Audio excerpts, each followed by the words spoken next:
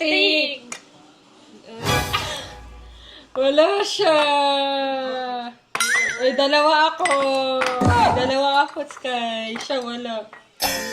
May isa kay Sky, sa akin dalawa. Wala siya. Wow.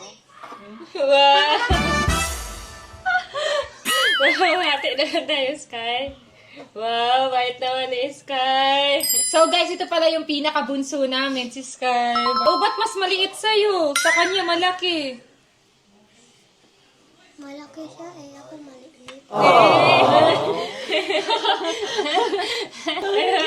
Grabe, akala ko yung kukunin niya yung akin. Ako din eh. Kasi yun yung nakikita ko lagi, yung ganyan o ginaganyan.